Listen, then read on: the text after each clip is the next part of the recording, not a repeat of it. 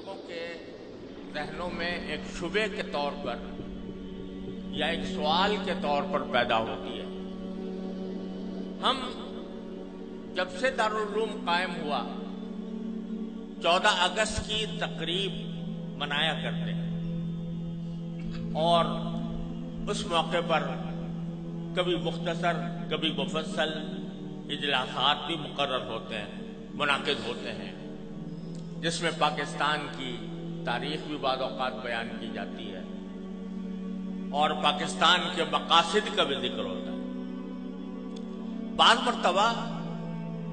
دلوں میں یہ خیال پیدا ہوتا ہے کہ ہم جو اپنے آپ کو حضرات علماء دیوبند سے وابستہ قرار دیتے ہیں اور انہی کے خوشچی ہیں، کیونکہ ہمیں اس بات پر مکمل اعتماد الحمدللہ مکمل اعتماد اور یقین ہے کہ حضرات اکابر علماء دیوبند ہمارے بہترین اسوہ اس لیے ہیں کہ وہ اتباع سنت کی تصویر ہے، اور ہمیں اس بات پر مکمل اعتماد ہے کہ اہل السنت والجماعہ کا جو طریقہ ہے وہ ہمارے حضرات علماء اکابر علماء دیوبند اس کا مظہر ہے، ما انا علیہ و اصحابی کا مظہر ہے۔ تو چونکہ حضرات علماء دیوبند اور ان کی اتباع میں ہم بحیثیت خدام جامعہ دارالعلوم کوئی دن نہیں منایا کرتے، کوئی کسی کی برسی نہیں منایا کرتے، کسی کی پیدائش کا دن نہیں منایا کرتے، یہاں تک کہ اس کائنات میں سب سے زیادہ عظیم ہستی جو در حقیقت وجہ تخلیق کائنات ہے جناب محمد الرسول اللہ صلی اللہ علیہ وسلم، آپ کا یوم پیدائش بھی ہم لوگ نہیں مناتے۔ آپ کا وہ یوم پیدائش جس کو آج کی اصطلاح میں عید میلاد النبی کہا جاتا ہے وہ بھی ہم نہیں مناتے، لیکن یوم پاکستان مناتے، 14 اگست کو یوم آزادی مناتے۔ تو بعض لوگوں کے دلوں میں یہ خیال پیدا ہوتا ہے کہ جب اگر دن منانا ہے تو سب سے زیادہ اس کے مستحق نبی کریم سرور دو عالم محمد مصطفیٰ صلی اللہ علیہ وسلم کی پیدائش ہے یا آپ کی یاد ہے جس کو منانے کے لیے کوئی تقریب منعقد کی جائے۔ کیا وجہ ہے کہ ہم عید میلاد النبی نہیں مناتے لیکن یوم پاکستان مناتے ہیں، آزادی پاکستان کا دن مناتے ہیں؟ تو میں اس کی وضاحت کرنا چاہتا ہوں کہ اس میں کوئی شک و شبہ نہیں ہے کہ اس کائنات کی تاریخ میں سب سے بڑا عظیم دن وہ تھا جس میں اللہ تبارک و تعالی نے اس کائنات کی ہدایت کے لیے جناب محمد رسول اللہ صلی اللہ علیہ وسلم کو مبعوث فرمایا۔ اس سے زیادہ عظیم دن انسانی تاریخ میں کوئی اور نہیں جس میں آپ تشریف لائیں، لیکن آپ ہی کی تعلیمات اور آپ ہی کی سنت اور آپ کے جانثار صحابہ کرام کی سنت یہ ہے کہ انہوں نے کبھی نبی کریم سرور عالم صلی اللہ علیہ وسلم کا دن نہیں منایا، اور اس لیے نہیں منایا کہ اللہ تبارک و تعالی نے رسول کریم صلی اللہ علیہ وسلم کو اس لیے مبعوث فرمایا تھا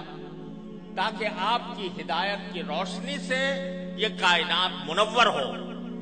اور لوگ آپ کی تعلیمات کی اتباع اور پیروی کریں۔ آپ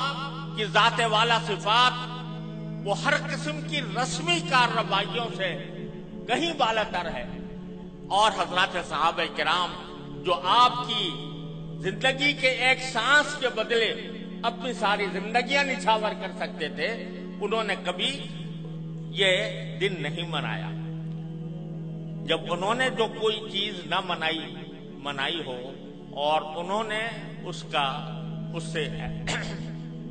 اعتراض کیا ہو اور اس کے بجائے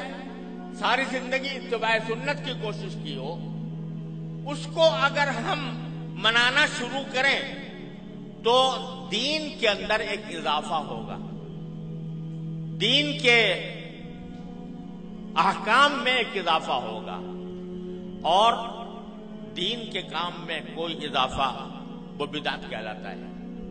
من احدث فی امرنا ھذا فہو رد، تو وہ بدعت بن جاتا ہے، کیونکہ وہ ایک مذہبی معاملہ ہے۔ عید میلاد النبی مذہبی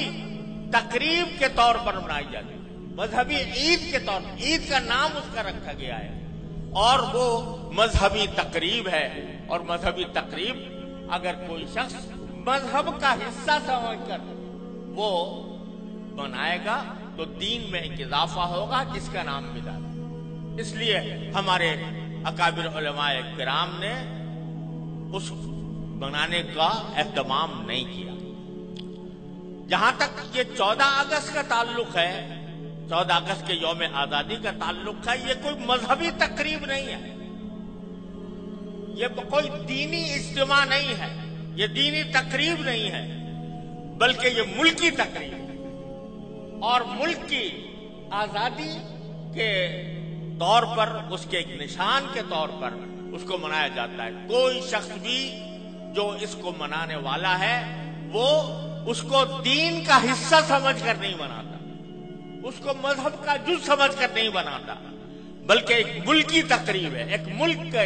اللہ تبارک و تعالیٰ نے ایک ملک ہمیں عطا فرمایا، اور ایسا ملک عطا فرمایا جس کی تفصیل مولانا عزیز الرحمان صاحب نے بیان کی ہے، تو وہ ہم ایک ملک کی تقریب کے طور پر بناتے ہیں۔ بدعت اس وقت بنتی ہے کوئی چیز جو شریعت میں نہ ہو اور شریعت کا حصہ اس کو بنا دیا جائے، لیکن یہ کوئی شریعت کا حصہ نہیں، یہ کوئی دین کا کوئی دینی تقریب نہیں، دینی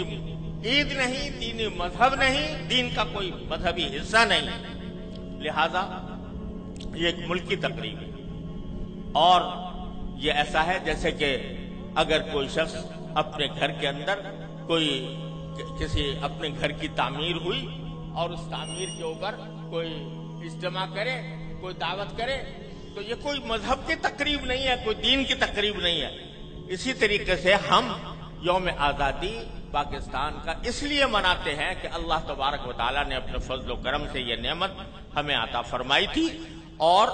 ملکی تقریب کے طور پر اس کو منایا جاتا ہے۔